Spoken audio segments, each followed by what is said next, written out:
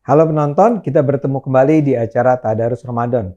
Seperti biasa, kita akan menghadirkan narasumber yang bisa menjelaskan kepada kita tentang persoalan-persoalan atau hal-hal menyangkut tentang Islam. Kali ini kita berkesempatan kembali mendengarkan pembicaraan dengan seorang ulama tokoh intelektual NU dan juga seorang deklarator dari Pergerakan Indonesia untuk Semua, Ahmad Sahal. Kita akan bicara tentang hadis dan sunnah, Mas Sahal. Ya, Oke. Kelanjutan dari topik sebelumnya. Lanjutan dari topik sebelumnya. Tentang Jadi gini, mengikuti Nabi. dalam umat Islam, saya misalnya itu mendapat lazim sekali mendengar pernyataan bahwa agar kita bisa hidup sebagai seorang umat Islam yang baik, kita sebaiknya meneladani Nabi, ya, dan mengikuti pertama-tama Al-Quran dan kedua adalah hadis dan sunnah, ya. Itu saya rasa umat Islam pada umumnya pernah mendapatkan pelajaran semacam itu. Nah, sekarang saya ingin Anda menjelaskan tentang hadis dan sunnah. Dimulai dengan barangkali apa bedanya dan kenapa dia jadi penting bagi umat Islam. Ya, sebenarnya kan tadi ya yang soal tujuan dari kita merujuk kepada hadis dan sunnah. Nanti kita diskusikan perbedaannya. Itu kan untuk meneladani Nabi, mengikuti Nabi, ittiba'un Nabi. Nah, yang kita kenal sekarang, Bang Ade, itu kan namanya kitab-kitab sunnah ya, kitab-kitab hadis itu kan yang paling dianggap sebagai muktabaroh, yang otoritatif. Itu ada kitab Sahih Bukhari, Sahih Muslim, Ibnu Majah dan seterusnya, ada 6 kutubus sittah plus beberapa kitab lain, kodifikasi lain. Nah, tapi yang menarik sebenarnya Bang Ade, pada zaman Nabi itu sebenarnya ada anjuran untuk tidak menuliskan hadis. Oke, saya terpaksa potong Anda sebentar. Ya. Bisa nggak Anda mulai dengan menjelaskan apa itu iya hadis? Benar. Jadi gini, mengikuti Nabi itu kan melalui mengikuti tradisi yang diciptakan oleh Nabi. Sunnah itu sebenarnya tradisi, artinya living tradition. Jadi bagaimana Nabi hidup, bagaimana Nabi berlaku sehari-hari lah ya, bagaimana sikap beliau, bagaimana tindakannya dan seterusnya. Contohnya barangkali cara dia sholat tuh sunnah ya? Iya, itu bagian dari sunnah, dari sunnah. Contohnya kayak habit sehari-hari itu, yang kemudian menjadi panutan bagi komunitas di mana Nabi hidup, yaitu sahabat, kan? Gitu. Itu sunnah. Itu sunnah, mengikuti sunnah. Kita harus mengikuti sunnah. Nah, bagaimana mengikuti sunnah? Nah, ini kan problem ketika Nabi sudah wafat, ya kan? Kemudian orang harus mencari Nabi dulu gimana sih caranya? Nabi itu kalau soal ini gimana? Nah, itulah kemudian muncul periwayatan.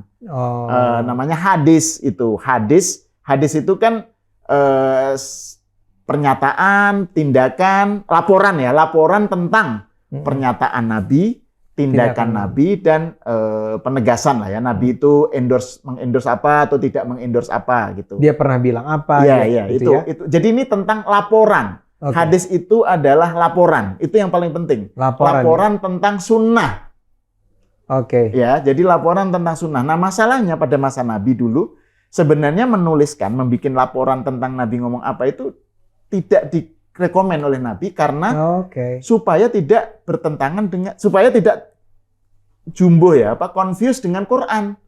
Kan ditulis Quran oleh para penulis Quran kan. Kalau ucapan Nabi juga ditulis, nanti mana yang Quran, mana yang hadis nih gitu loh. Mana yang ucapan Nabi. Kan nggak jelas. Makanya nggak usah ditulis kata Nabi. Tetapi Nabi pernah bilang gitu? Pokoknya Nabi, jadi gini, intinya adalah bahwa fokus ke penulisan Quran. Gitu. Nah, tetapi ada insiden ketika ada seorang yang delegasi dari luar Arab pengen mendapatkan catatan dari Nabi, itu kemudian Nabi bilang, namanya Abu Syah ini Bang Ade. Si orang yang itu pada abad akhir lah, menjelang Nabi wafat gitu. Terus dia bilang, uktubu li Abi Syah, tulislah beberapa pernyataan-pernyataanku ini untuk Abu Syah ini. Karena dia habis itu nggak ketemu Nabi lagi.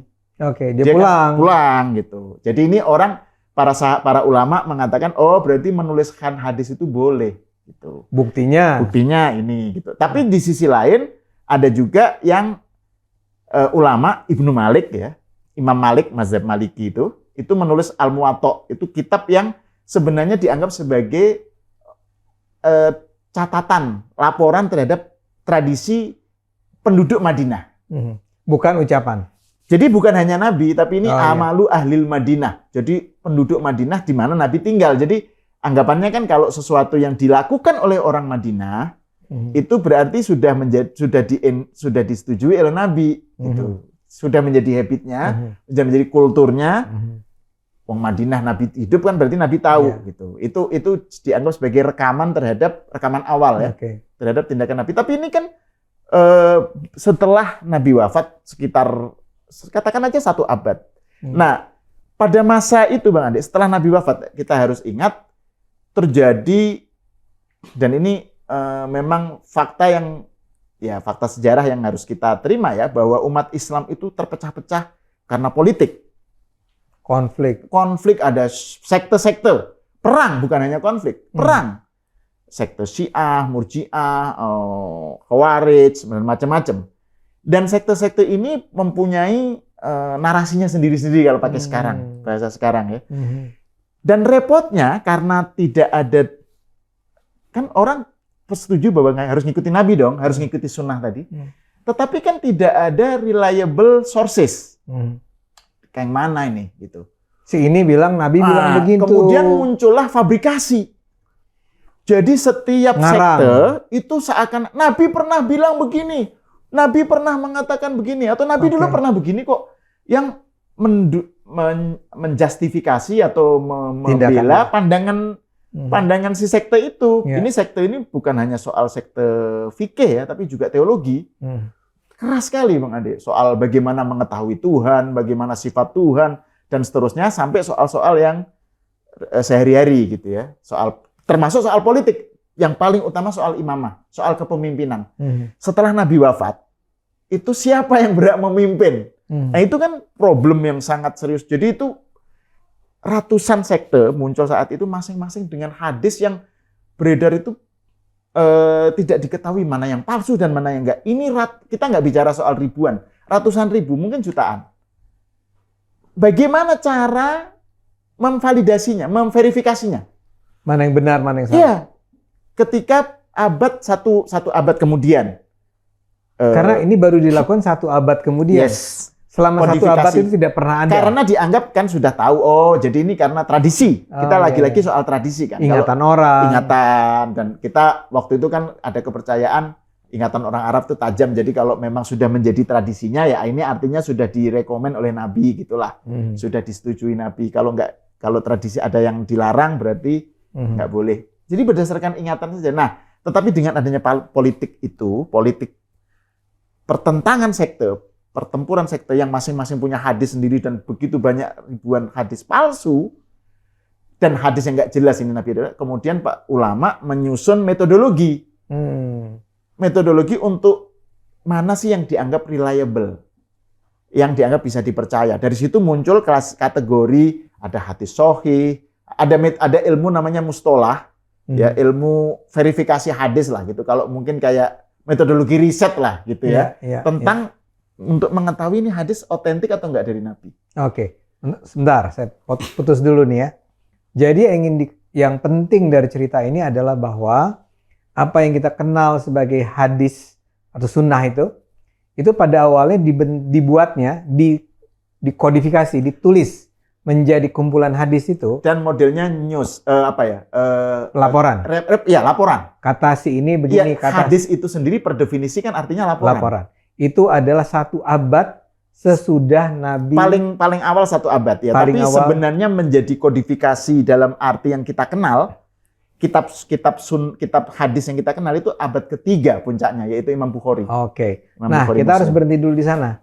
Yang penting buat penonton kita sadar nih bahwa sebetulnya penulisan hadis menjadi sebuah kumpulan hadis itu baru dimulai 1 abad sesudah Nabi Muhammad wafat. Yes. Dan baru akhirnya menjadi seperti yang kita kenal sekarang setidaknya 3 abad sesudah Nabi Muhammad wafat. Ingat ya, Ibu Kartini itu 1 abad yang lalu loh, baru. Kelihatannya udah lama banget tuh. Jadi saya ingin bilang, 1 abad itu lama banget gitu. Oke, nah ini kita simpan dulu cerita ini. Karena ini akan menjadi materi yang akan kita bicarakan di pertemuan kita berikutnya. Ini buat para penonton, harap jangan menonton hanya yang bagian ini, perlu mendengar apa yang dibicarakan oleh Mas Ahmad Sahal. Di pertemuan berikutnya mungkin kita bisa bicara tentang tadi reliabilitas ya. Buat saya hadis. Iya, buat saya sangat menarik kan. Ini adalah sesuatu yang baru ditulis 1 abad kemudian. Hanya dengan ingatan, mungkin catatan di sana sini. Saya pengen Anda menjelaskan lebih jauh apa implikasinya buat apa yang kita anggap sebagai hadis dan sunnah itu tersebut. Di tengah gempuran politik, news, bukan narasi-narasi yang nggak diketahui ini dari Nabi atau bukan gitu. Hadis palsu, hadis yang masing-masing mendukung pandangannya sendiri itu. Kita bicara tentang sekte yang jumlahnya ratusan, Bang Ade. Jadi kalau di film seri ini juga to be continued tentang hadis dan sunnah di pertemuan kita berikutnya. Terima kasih, Mas Sal. Terima kasih, nonton.